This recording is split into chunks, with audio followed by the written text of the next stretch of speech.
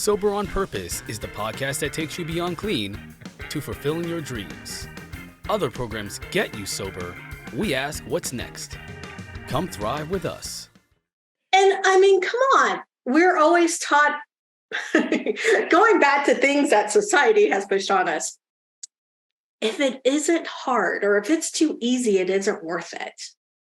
Right? Right. So we do the things that are difficult, or at least somewhat difficult for us. And I'll give an example from my own life here. For a long time, for about 10 years, I was in and out of the finance industry, consumer finance, so mortgages. I got into it because I was doing business development stuff, and blah, blah, blah, right? So, but for a while I did mortgages and I was really good at it. Like I could literally go up with an underwriter and like, well, it's right here in your stuff. And it's this line, that line. And so you should approve this mortgage. Or they would get, files and they'd see my name on it. They'd be like, okay, we know this is right. Because why? I was just very meticulous about it. Uh-huh. And people thought, oh my gosh, that must be her flow zone. Mm-hmm. Right? That's the thing she was born to do. I hated it. It was soul sucking for you. You were good at it, but it was soul sucking. I mean, I still have people from the industry call me to help them troubleshoot things, whether in their business or there's all sorts of hands that could touch a file, right? Mm-hmm. So like to just troubleshoot that whole thing or to teach. And I'm like, no, please, I don't want to. And it's not like it's bad, but I really hated it. And so, but I felt a duty to keep doing because I also know to get someone in a home gives them so much stability. Sure. Absolutely. And they can really put down roots. And it is part of the American dream. And a lot of times people get turned away because their file wasn't exactly easy. So there I am with the underdog thing. And so it pushes a lot of those emotional buttons for me. I hated it. Like so much hated. My hair was falling out. Oh, you were having physical repercussions for doing something that really you were excellent at, but really was not. You use sometimes zone of genius. Yeah. So zone of genius. I like to call it zone of flow. But if you've read Gay Hendricks' book, The Big Leap, absolutely. Kind of like zone of genius, but it's a little different. But yeah. So that duty, I felt that duty. So it was something I was excellent at doing, but I hated. How did you let go? Well, I finally just left. Like the industry crashed back in 2008, right? That's when the housing market crashed. But I still had friends who were still doing it, family members who were also in the mortgage industry as well. And they just keep pulling me back in, pulling me back in, pulling me back in. And then I tried to get back out and I just finally said no. And it's like I took my own advice and remembered no is a complete sentence. Yeah. And how did you feel when you went, I could always go back and do that, but it's not something I want to do anymore. I'm at the top of my game, but it's not it. It's not it. Yeah. It's like, it's not that I made bad money. I made good money in the industry. I just realized I didn't want to do it anymore. I can't say it was killing me, but it was definitely making me one of the most miserable, cranky humans around. So that begs the piece of permission. How did you give yourself permission to say? How did I finally give myself permission to say, forget it? I think I transitioned myself. So I had always, in this time, it's like I had I felt like at one point too many jobs. So I was doing consulting. I was in the mortgage industry, on and off teaching in higher ed. So I have a lot of things that overlap in my life. And when I finally stepped away, I was mainly just doing my own work, coaching, consulting. And so when I got pulled back into consult with a mortgage company, they had software that they needed videos for and everything. And So I helped them with that for a year and a half. Wow. Wow. And then like the next request came in from someone else. And I was like, no, I'm not going to keep showing up here and there in this industry just so I can be sucked back in eventually. And it was just that realization, like, this will never end until you just cut it off. And so when I say I kind of transitioned myself, it's not like I was stepping out without a net. I already had my own business going. I already was happily doing business coaching, consulting. So it was just, and I realized this also is distracting me from my true mission. Okay, let's stop right there. So for anybody who is listening and your true mission keeps kind of going ding, ding, ding, ding, ding, ding, ding, Africa knows how to help you transition. And you heard her say it with a safety net. She's not going to say, oh, you just need to take a leap of faith and jump, but with a safety net. So this might be something that people would call you for is, how do we coach, consult around this? I've got the successful business, but I'm done. I'm ready to get out. You realized it was duty, not the mission. It wasn't the main event. Yeah, absolutely. Well, that kind of ticks into, you said you've got other people who are staying under the pillows because it's not going as well as they want. You do a great segment on perfectionism. Can you tell us a little bit more about that? Oh my gosh, can I have any issue with that? You were able to view it recently, and I know it's like I have all sorts of things I'd say about perfectionism. The one thing about perfectionism, other than that desire to be number one in grade A, and when you talk about someone staying in a business that isn't doing well, what you just said, it just, part of it is, well, if I just stay a little bit longer, I can make it perfect. I just need to do this one more thing. And really what you're talking about is a sunk cost fallacy. You've already put so much in that you feel like you've wasted all this time and energy and money and burned some bridges with people and who knows what else. And so you might as well keep going. And there has to be that moment where you're just like, no. Again, complete sentence. And turn and walk away. The main thing to me about perfectionism is it's really zapping away at who you are. It's like this false front that you put on so no one else can hurt you in a lot of ways, psychologically or physically. It's like a false wall. Like, I like boundaries. Boy, do I like boundaries. Our whole community is about boundaries. Yeah, I can only imagine. I love boundaries. Perfectionism is like a fake boundary.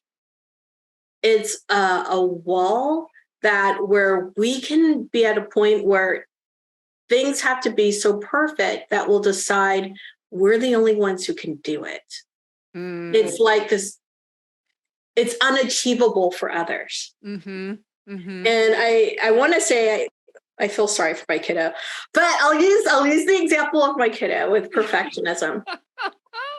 I'm like giggling now. I'm thinking when he was really little, he's probably like 2 or 3 years old. He's on a video and he's like, I'm not perfect. Like, it's a really old video on my YouTube channel. It just cracks. Yeah. But, there was a time when he was a little older, probably like kindergarten, first grade. I'm like, I want you to sweep the floors, right? I want you to sweep the floors, like get him going with some chores. And the first time he swept the floor, was it good? No. Second or third? Nope. 50th? Probably not even in the first 5 years, was it? And it's like, but we know it takes some time to learn. But a lot of times what we do is we expect to be perfect right off the bat. And with him, if I would have discouraged him and said, never mind, I'll do it, which I did do with folding. Like, folding was a bridge too far. Yes. Yeah. Right? And now does the kid know how to fold well? He never got the chance to practice.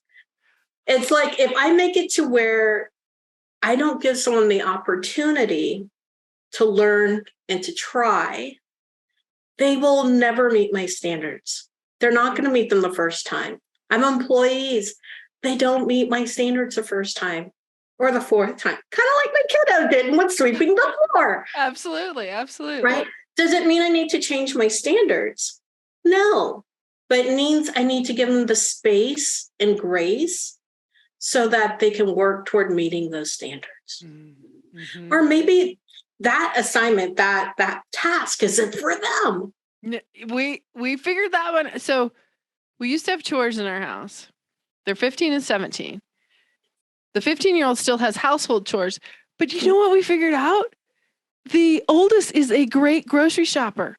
Saves me 2.5 hours each week. He goes and he doesn't pick things off the aisle that we don't need. He follows the list completely. He can shop by price, for the thing. We have to have a certain spaghetti sauce, but otherwise he could shop by price.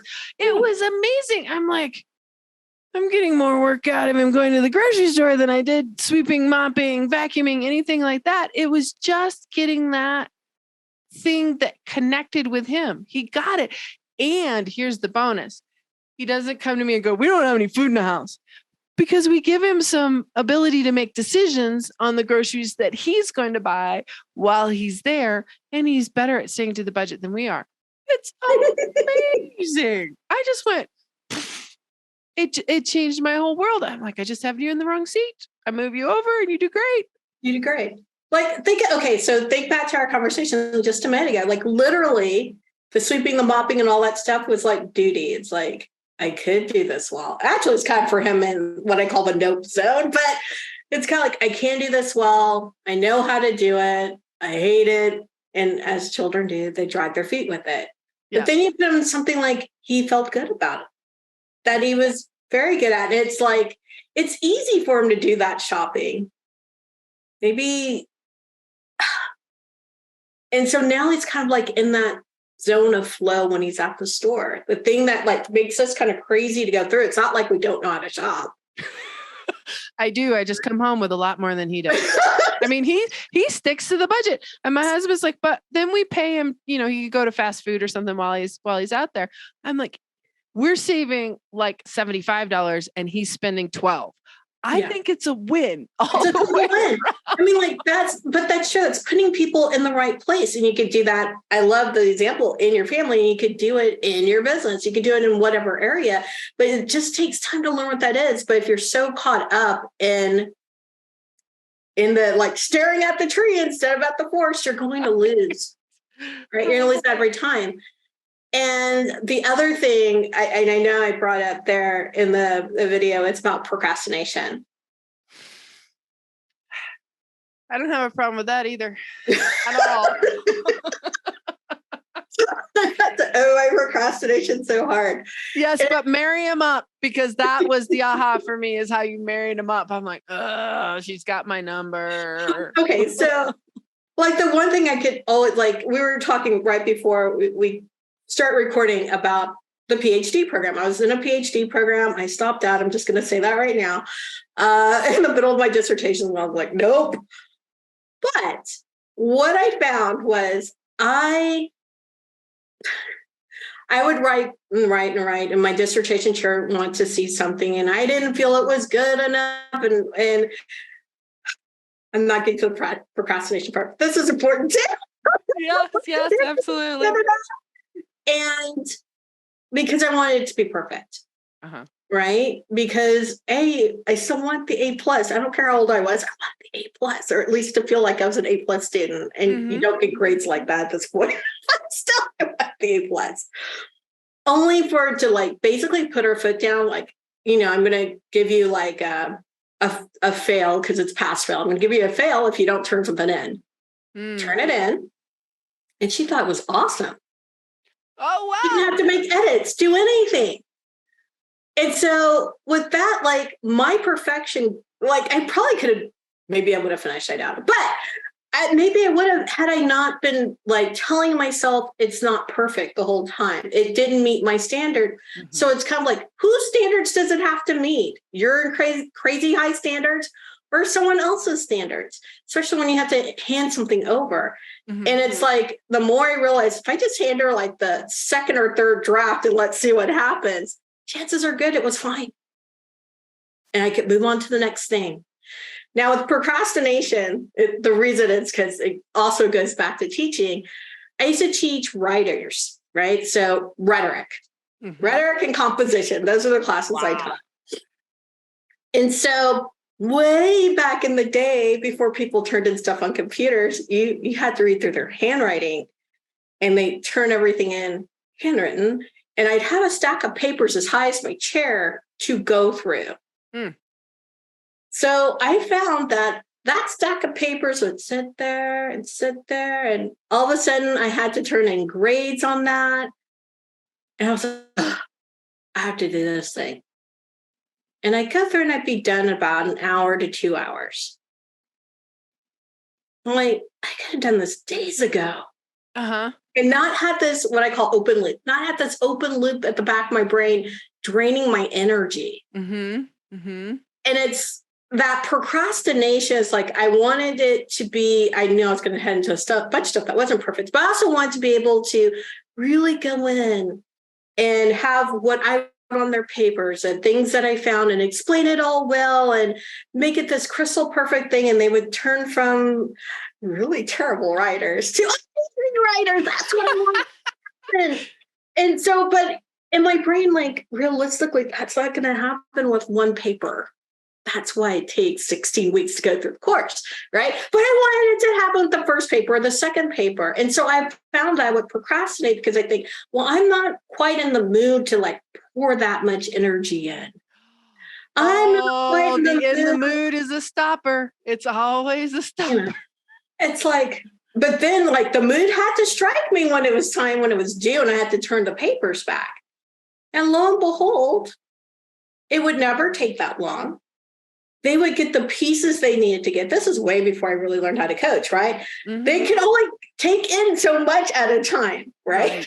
So they would get the pieces they wanted to get. And by the time we were done, they were ready, right? They were good writers, not excellent writers, good writers, because that's what needed to happen. So they would do well turning in papers in their other college courses. So, but that procrastination bit is really perfectionism. We're wanting something to be perfect. By procrastinating, we're like giving ourselves an out for getting it done and being disappointed when it's not perfect. That's what really connected it with me is I am not doing this because I feel like I can't do it as well as it needs to be done. When really, the statement, it's done is better than perfect. Well, we can say that all we want, but until we really get the connection between the procrastination and the perfection, which you say so well, and this is what her course Overwhelm is about. They say so well. I'm like, oh, I don't want to know that because now I have to stop doing it. Now I'm aware. It's like, you know the trick you're playing on yourself. Yes, absolutely. So you talk also about hustle hell. How does this work with your overwhelm, with your class around that? And you were talking about the loop. I completely understand the loop. So hustle hell, I think we really celebrate hustle. As a society, we really celebrate hustle and going and going and going. In Japan, they have a word, and I don't know the word. So I wouldn't even try to pronounce it, even if I could actually remember it, because I would butcher it for sure. But they have a word for death by overwork. Like a specific word. I'm like, wow, we need that word here because we celebrate that hustle. And their culture does a little bit further. People pass out on the street because they'll just be at work all day, all night, on the way home, pass out. Like your body will give out. Yes. And guess what? You're also not doing your best work. Isn't that the truth? Isn't that like, the truth? Why? But so this hustle hell that we kind of get into, what I found is, yes, you're not doing your best work. And the more you step back, work less. And I know that's hard to hear because you're like, but if I work harder, more money will come in. Maybe. Typically not. Unless you're like doing something that's like $1 per hour thing where that's the only way. Usually it doesn't. Usually it's like when you actually take the time to cut back, I don't know, go outside for a few minutes every day. Take a break, take a lunch break. Right? A lunch break, go to bed at a decent hour, wake up and not immediately jump on the computer, but actually gracefully let in the day. You know, go for a walk, actually sit for breakfast, like whatever that is, and then ease into your day. It's amazing when you let, like I said, the brain lets something to chew on, right? And so you're giving it all these fires and things to work on all day long when you're overworking. And it's chewing and chewing and chewing and chewing, and it eventually goes kaput. That's the hustle. It just goes kaput, right? But when we ease into stuff, the brain can work on things in the background. And so you find that you more readily have solutions to issues that come up. Are we back to meditation again? Not even with meditation. I love it with meditation. I love that because we are back to meditation, and meditation, people think it's but it could be anything. It could be out for a while this summer. I went out and pulled weeds because that's the level I was in. You know? That's like the purple mindfulness meditation. Sometimes it's like I said, for me, I like to take a long shower. It's where my best thinking happens. And I'm not really thinking. That's the meditation. For me, it happens in the shower. Like that water rushing over, and I'm like, oh, the water. It feels good. And then all of a sudden, by relaxing, answers come. And more answers come. Africa, as we're winding up, describe the person that you love to work with, the person that would really benefit from connecting with you. The person that really benefits, I believe, from connecting with me, like I said, I tend to work with multi-six-figure women business owners. Usually they're doing some kind of service based kind of profession. So I work actually with a lot of lawyers, coaches, people like that.